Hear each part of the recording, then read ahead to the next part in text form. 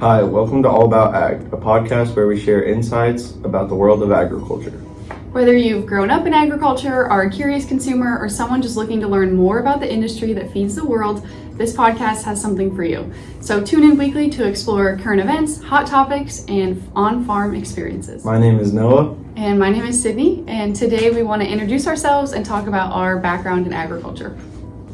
So my background in agriculture, I grew up on a small 25 acre row crop farm that we rented out to people, so I really didn't have much involvement in agriculture growing up, but I was in FFA throughout high school and things like that, and I was able to partake in, but I never really had big agriculture experiences until I came to college. So what are you doing now in college? So I'm majoring in ag business along with some other things, but I've been able to go out and help with our test plots here, do a bunch of soil samples, and it's actually all led me to a job for a crop dusting company in the local area.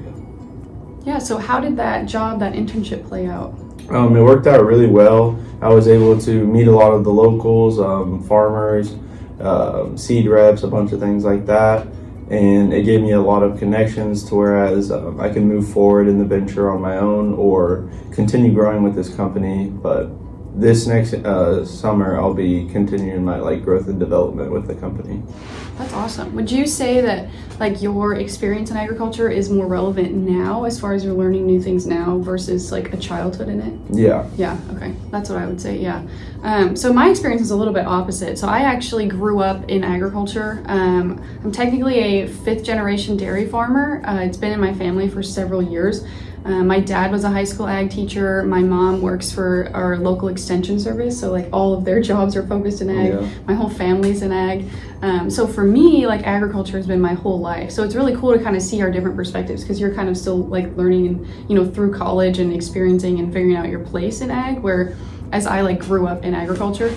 So on our farm, we did a lot of specialty crops. So we had a nursery and greenhouse business. I grew up going to farmers markets as a little kid.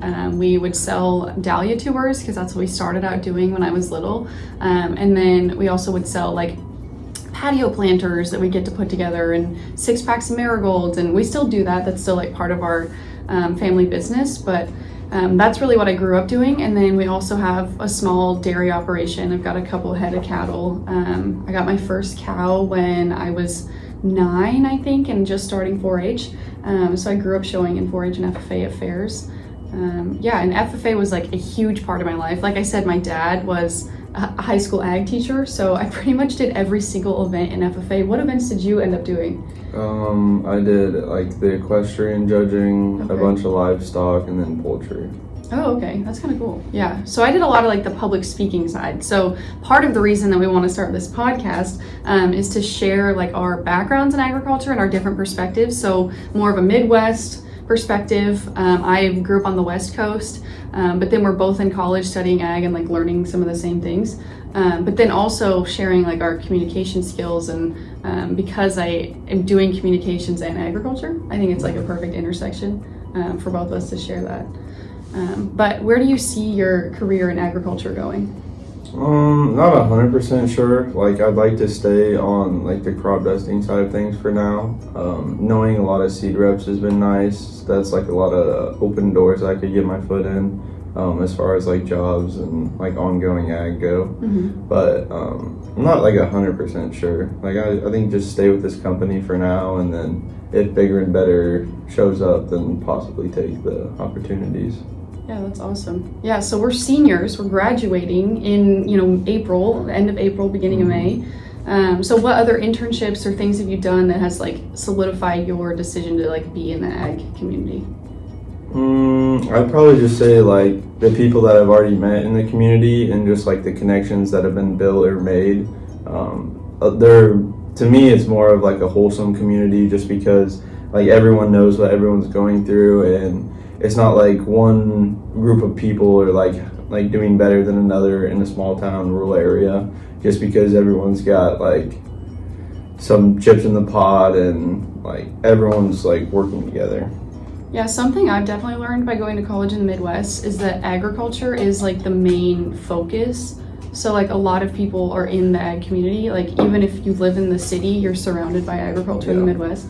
So I think maybe that's like a really cool perspective to think about too, because being on the West Coast, I mean, it's heavily populated some areas and agriculture is less of a focus. It is there, but people, Yeah. think about California and people living in major cities, like they don't think about it because they're not as, involved in it as the Yeah. Midwest. Like, I don't know, people say it's like the breadbasket of America, right? Like the Midwest. Like I really think it is, just from going to college here. Do you think that'd be like the same perspective? Like it's just so heavily relevant in your life that I'd say it's so relevant that like you don't even notice it. Mm. Like for me, like growing up in that aspect, I can't like tell like, oh, they're from like the big city or like they're from blah blah blah. Like obviously like everyone has like their ideas, but like anyone around here is just like a normal person. Like Yeah. I mean, it's hard to just like point someone out unless like you know the whole, like obviously you know the whole community, so I guess it would be easy, but like I don't know. I feel like it's easier to like just know who you'd be friends with or who you are friends with. Yeah. Yeah, there's definitely like a lot of a small town feel too. Like if you're in the small town, rural Iowa, like you're involved in FFA, like you're doing 4-H, you're Yeah. going to the fairs, like you're involved in all that stuff. So agriculture is like part of your school community too. So I think growing up, maybe that helps a little bit more, whereas that's less prominent, in other states and other Yeah. areas. But do you think that like being involved in FFA or going to fairs as a kid, do you think that like changed your perspective of the ag industry? Not really, honestly. Like it was just everything was normal to me, so Yeah, because you kind of grew up in nothing it. like stuck out. Yeah, just not like as heavily involved. Yeah. Yeah, that's kind of cool. So in the future, do you see yourself like having like a row crop farm like you grew up on, or what do you see like your, outside of your career? What do you see like? I think living- it would be a cool thing to get into. Mhm. Obviously, funds now are a massive part of all that. Oh yeah, everything's Yeah, expensive. it's kind of hard to get into a farm if you're not like family. Inheritance or Yeah, something. inheritance, Yeah, but, that is true. I think it'd be a really cool opportunity, even if it was just like 20 acres, like where our family started. But hmm just to have like a little foot in the door, maybe have some animals or some livestock, and hmm just be in a smaller community. Yeah, I think there really is something to say about that rural community feel. Like a lot of people that grow up, in the city or urban areas, like they say there's some community just in their suburb and Yeah. whatnot, which sure I'm sure there is, but there's just something about that like rural community that everyone helps everyone out when they really need it, and things like that. You can only do so much in a cul-de-sac full of people. Right, yeah. And I think it means a lot more like when someone goes to help finish a harvest, because Yeah. equipment broke down, or, someone, the cows are out and your neighbor comes and helps, get them back or something like that. There's just like a bigger impact. And, people in the rural community are not going to say that they're, all buddy with their neighbors. Some No. might, but They'll tell you how it is. yeah, but they're going to be there, when, Yeah. when stuff breaks and when people need help. And I think that's some of the coolest things that I've been aware of, is just like growing up in that and having that support, even though you don't realize you have it. Yeah. That's kind of cool. So I kind of want to touch a little bit more on the fair life too, because I think that's basically the intersection where you've got city people meeting, the rural people, and it's a fun thing. So people want to go to the fair. What would you say is like one of your favorite like fair experiences? Probably going to the Iowa State Fair. Okay. That was pretty cool. I got to do that last summer. It's like the biggest fair in all of the. It's like the United highlight of States. the U.S. Yeah, it's Yeah. like the main It fair. was very neat to see. Clydesdales are massive horses. I Yeah. never realized how big a draft horse could actually get. You see them up in person. Yeah. Yeah. I don't know. It was just like a surreal experience of like how much like acreage they shut down, and like how much or how many buildings are dedicated to just this Just thing the that fairgrounds. happens once a year, and Yeah.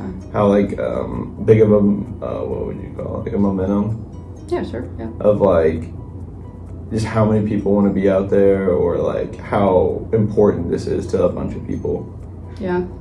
Yeah, I would agree. I think as like someone who grew up at the fairs, like I've spent the night at fairs, I've always had Yeah. cows, it's always a different experience because being able to bring your cows and exhibit them is always really cool. But like from an exhibitor's perspective, sometimes the public is a bit concerning, right? Because they don't know their way around animals. Like they don't know what they're doing. Yeah, and cows are always in like the free stall. You know, they're just tied up. Yeah. So it's like they could easily just run up and, you know, who knows. So that's always interesting. But yeah, I grew up showing at County Fair, and I started with meat goats actually. So we had a herd, we still have a herd of about 30 meat goats. It's a lot, but boar goats, and I grew up showing those since I was like 7 or 8 in Clover Buds, and then started showing in 4-H when I was 9. So I really grew up showing at our county fair, and then I went to another fair up in Washington, and then our state fair. So I've had quite my experiences at fairs. Yeah, sounds like it. Yeah, but it's always been a good opportunity. I do think it is an educational experience just for people to see farm animals, because I'm always shocked with the amount of people that have never even seen a cow or a goat, and it's like the craziest thing to them. Or sometimes, you know, if you got 2 goats in a pen, they might be headbutting and playing with each other, and you know, the public reacts. Yeah, the public reacts so differently because they just don't understand some of the same things. So I do think that's a really interesting experience. I guess I'm all about the ways to connect like urban consumers with rural life, rural people, because that intersection doesn't happen very often, but the fair is one of those places that it does happen. Yeah, so it's really interesting. But as far as my career in ag, I see myself probably being some sort of educator or spokesperson for the ag industry. I really hope to help bridge that gap a little bit. And I know that's like an overused term, bridge that gap, but there really is a gap. And so I really hope to help create some education and some transparency in agriculture. And part of that is like through this podcast with you. I think it's going to be a good opportunity to just even share little snippets about agriculture. There's so much that goes into the industry that I think a lot of people don't realize. So yeah, we're both in college, and I'm currently actually helping to TA a class. It's a crop and soils class.